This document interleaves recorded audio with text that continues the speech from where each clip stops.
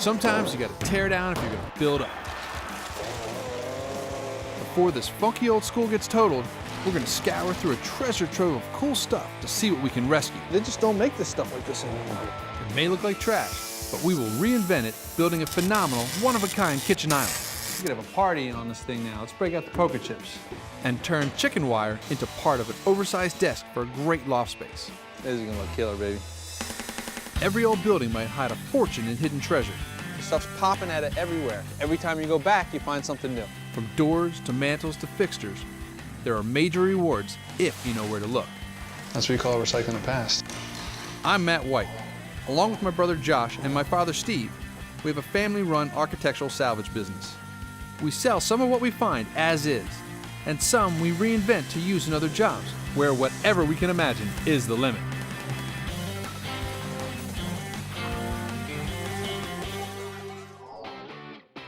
Here at my family salvage yard in South Jersey, we've got a ton of material that we can use to build almost anything we can imagine.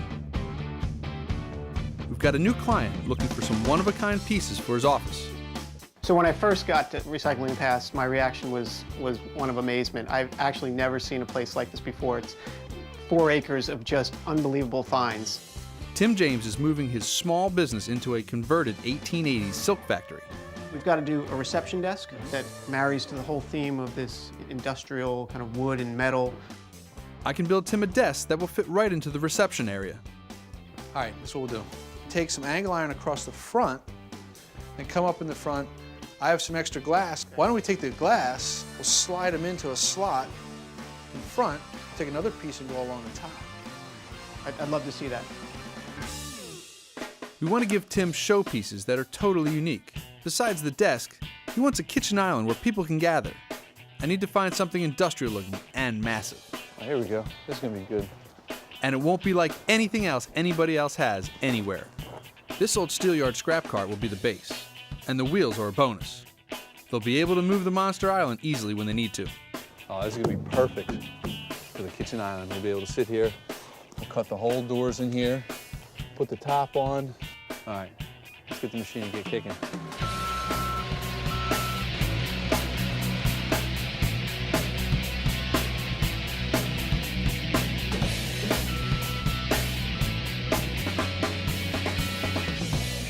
This is what makes it fun. All the big boy tools.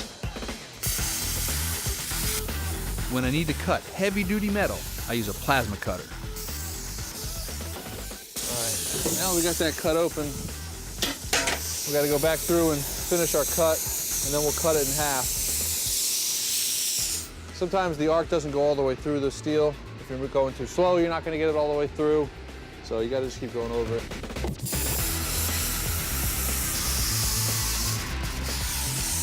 Just about it. There we go.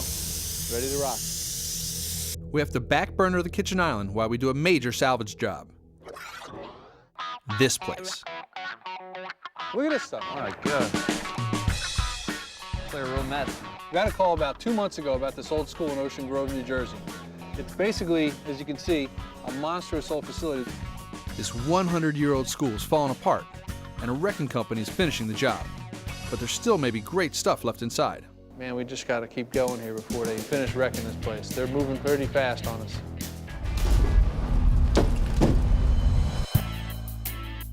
There's potential for thousands of dollars of hidden salvage here. But it's dangerous work to reap the benefits. Hey, hey, hey, look at this. This place is eerier than I'll get out. When I first walked in this place, it would have made the greatest haunted house you ever saw. Paint coming off the walls, you know, I mean, look at it. It's unbelievable. This place had been abandoned probably for about 25 years. Outside was pretty crappy, but in here it's even worse. This is a mess. Yeah, but you know what? There wasn't much out there, but in here, I know there's stuff in here. There we go. Whoa. Oh my God. Yeah, You know, all the elements are still good. Look at this. That's a cool head. Yeah, this is the old nickel-plated brass. This is good stuff. It's like stepping back in time.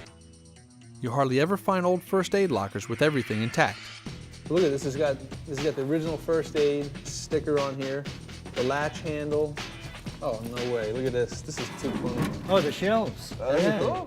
Yeah. Dude, like somebody left this here waiting for it. I mean, look at it. Still got the original hangers. I mean, they just don't make this stuff like this anymore. Really cool. I have, I mean, in all the years, I've only found, I mean, in 15 years, I've found 2 of these. Even the part that the wrecking ball got to has some finds. Look at this stuff. This was the gymnasium floor. You know, you got your basketball hoops, and we should try to take those things down off the wall if we can. The hoops are cool, but not a high-ticket item, $5 to $10 max. But all these finds are adding up. We're looking at nearly $1,000 in salvage here. But that's before we hit the top floor and find these fantastic pine floorboards. This stuff's great. With a light little sanding on here, we'll be able to reinstall this in anything we can come up with. This old pine would make great flooring in a home. With the amount of volume we have here, somebody could do a whole house. They could put flooring down in their entire house. And I might be able to use some of it for the kitchen island countertop for the office project. Naturally distressed wood works great for countertops. No need to worry about nicks and scratches. And we won't need to strip it, a great time saver. But all these boards will have to be pulled up one by one. And there's a roadblock in the way. But we even saved the roadblocks. Look at all this. I mean, there's just so much of this beadboard. We're going to have to take all this beadboard out of here to be able to get the rest of this flooring, but this is good stuff. Like the floors, this is so much better than new. It's hard to find this kind of quality. This will be great stuff for back at the shop to build stuff out of, or if anybody wants to do anything. I love it for wainscoting. Yeah. All it takes is a chainsaw. Look out, move. All right.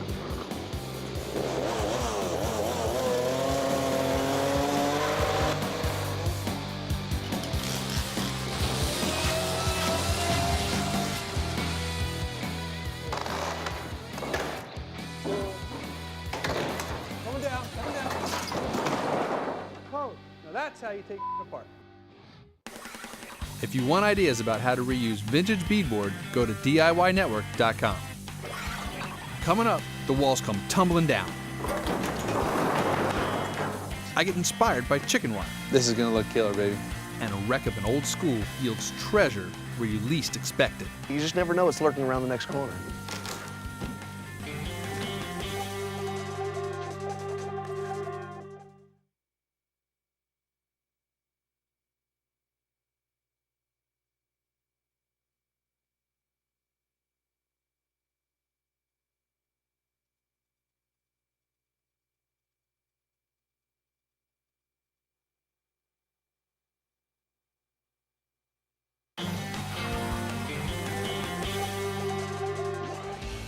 We're salvaging whatever we can from a monster of an old school building.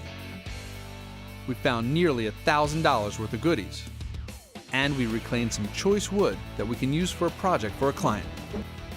He wanted it cool and he wanted it hip, and he came to the right place. But to get to the floorboards, we've got to tear down the beadboard. Flip this over. You're gonna go that direction. I'm gonna go this direction. It's all gonna come apart, nice and easy. And just slowly. look at that, look at that. Pull it apart, nice and easy. There. Look at that, like butter. Like butter. Look at that.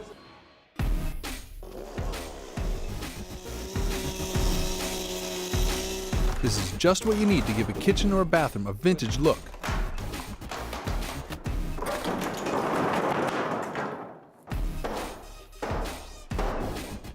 I'm having fun now. Now we can get to all that pine. This wood's been sitting here for almost 100 years, and it's still in great condition. Reclaimed flooring's in big demand. Wide planks and rare woods get the best prices.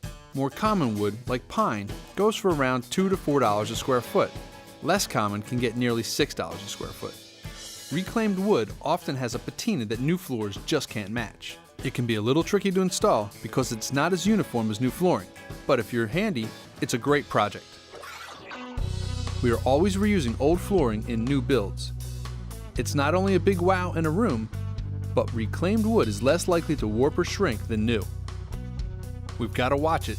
Any board we screw up is a loss. If they do this wrong, the groove breaks off the top, and that's when you're really screwed, because then you gotta basically recut the board. We'll typically start at the back corner, but we could start right here. Let's just get this one up. Pop. Start popping this up.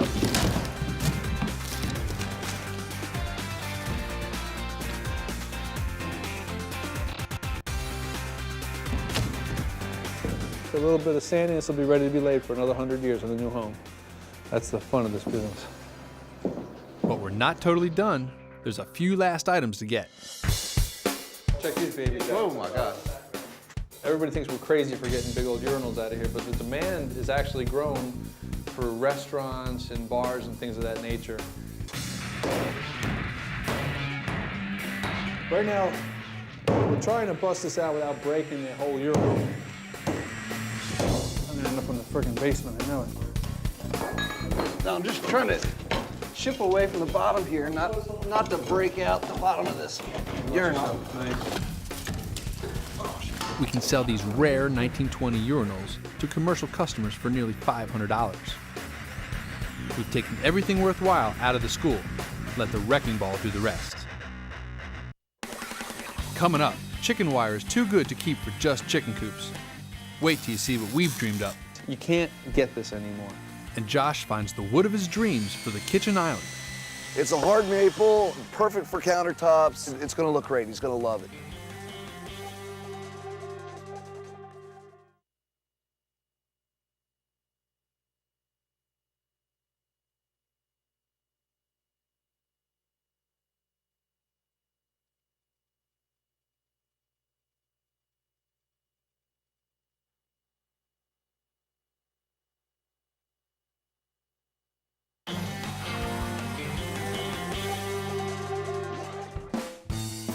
We've just got done with this massive salvage job from an old school building. Really nice stuff. And we're building industrial-looking pieces for a small office, including a supersized kitchen island. This is a simple project that will look fantastic. I'm using a scrap metal cart pretty much as is. I just want to add some doors to make it more versatile. I took care of the opening with a plasma cutter. The edges are sharp, so I'm smoothing them out with a grinder. And that piece I cut out, I'm making it into a door. Considering our client, and he's a pretty cool guy, I'm gonna try to jazz this thing up a little bit by putting maybe just a different twist on the door. There's too many straight lines on here, so I wanna kind of wang this up a little bit, put a little squiggly, a little personal touch. There we go, baby, there we go.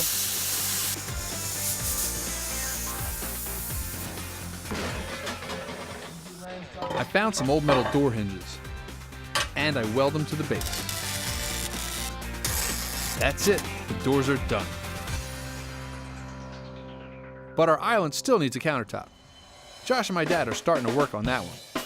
They had to rethink using the pine from our last salvage job. It was too soft for a countertop. This is the school flooring we pulled up yesterday. It's a nice white pine, great wood, nice salvage materials, great for a lot of things. However, I don't think it's gonna work for the kitchen island. Luckily, in the school, we also found some nice, long, wide maple. Now, it's a hard rock maple, and it's gonna be a lot more suitable for a kitchen island. I think this is perfect for, it's almost like a butcher block.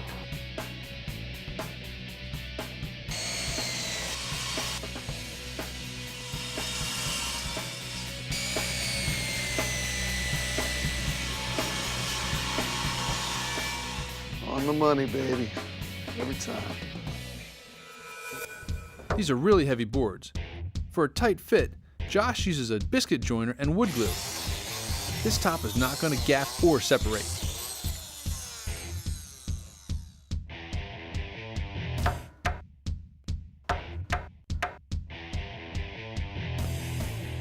Okay, now I got my pipe clamp. We're just gonna clamp this together. Our glue joints here, our double biscuits, and you can see this come together real nice. This is gonna create a super strong joint. The more pressure I put down, the seam's gonna come right together. He clamps the boards for at least 8 hours to give the glue time to fully dry. Oh, yeah, it's working out good. That's gonna be great. With the kitchen island almost complete, the huge reception desk needs my attention. The coolest part is the old safety glass I'm reusing. So So I'm pulling out some chicken wire glass. The whole purpose with these windows is they were a fire retardant window. That way if a fire flamed up in a next door building, it wouldn't blow out the glass and it wouldn't start the next building on fire. These things were definitely built to last. This is a galvanized frame. All right, so let's see. I've gotten most of the putty out here ahead of time. You gotta break the seal. I mean, they're sat in there really good. Okay, there we go. This is gonna look killer, baby. All right. I place some tack welds to build the frame for the glass. My glass is gonna fit in nicely right inside the frame here. We're gonna put 5 pieces across the front, 1 on each side. It's gonna get tacked down, wood across the top. We're getting there. The layer of chicken wire keeps the glass from shattering, but I'm using it because it lets light in while blocking vision, which makes it perfect as a screen for a reception desk. Then we can go ahead and drill our holes that'll mount it down to the surface. A few other finish spots, some final sanding to clean up these welds. We're ready to go. If you want to learn how to make really cool stuff out of really old stuff, go to the DIYnetwork.com. Coming up, old factory parts get a new assignment, These legs are cast iron. You drop them, they break. and a 400-pound steel yard cart goes from heinous to hot.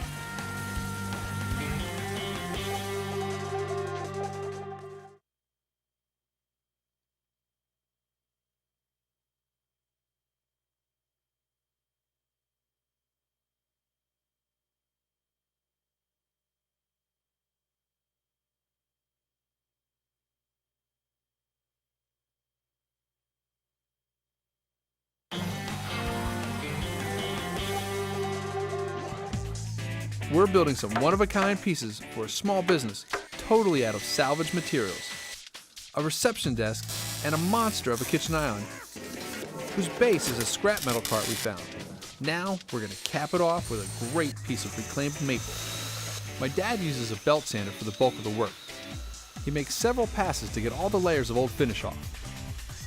Josh takes a final pass with an orbital sander for a really smooth surface. Later on, we'll seal it with a clear coat of polyurethane. These are the legs for the receptionist desk. These were actually probably again from the 30s and 40s. These once held up a big drill press. It's kind of a pretty popular style right now. Who needs a gym when you're working out with all this heavy stuff all the time?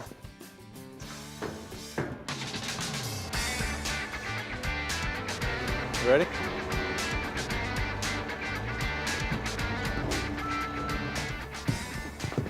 You gotta give you a hand there? Yeah. Good job. Good job. What a jacket. With about 1,000 pounds of reinvented salvage, we'll assemble the office furniture for the loft on site. The cart we're using for the kitchen island base weighs about 400 pounds all by itself.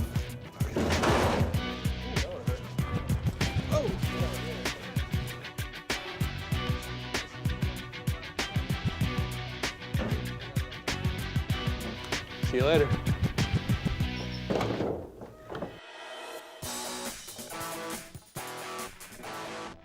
Basically, we got our cast iron legs for our table, or for our receptionist table. We're gonna put our spreader across. The spreader is basically a bar that we have across the bottom that will keep the legs steady. It's never an exact science when you're putting these things together or building them. I'm used to improvising. That's what makes using salvage so cool. Hey, look at that, we put our top on. We'll attach the top part of the desk frame with lag screws. And when we slide in the glass, it fits perfectly. Sweet! So what do you think? I love it. It's awesome. That's all you got. I do fine work. The beauty of great old pieces is letting their character shine through. And that's what we did with the furniture for Tim's new office. We put block spacers on the island to raise the tabletop to a comfortable 42-inch seating height. That's a kitchen island. I'm telling you, man, we could have some good parties with this thing. This is by far the largest tabletop I've ever built. And it's gonna be strong, too. Now that we know that this table can stand up to anything, it's time for our client's first look. An old scrap cart into a kitchen island? It totally works in this industrial space. When the guys first brought in the kitchen island, I was blown away. It was exactly what Matt and I had talked about, and it came out perfectly.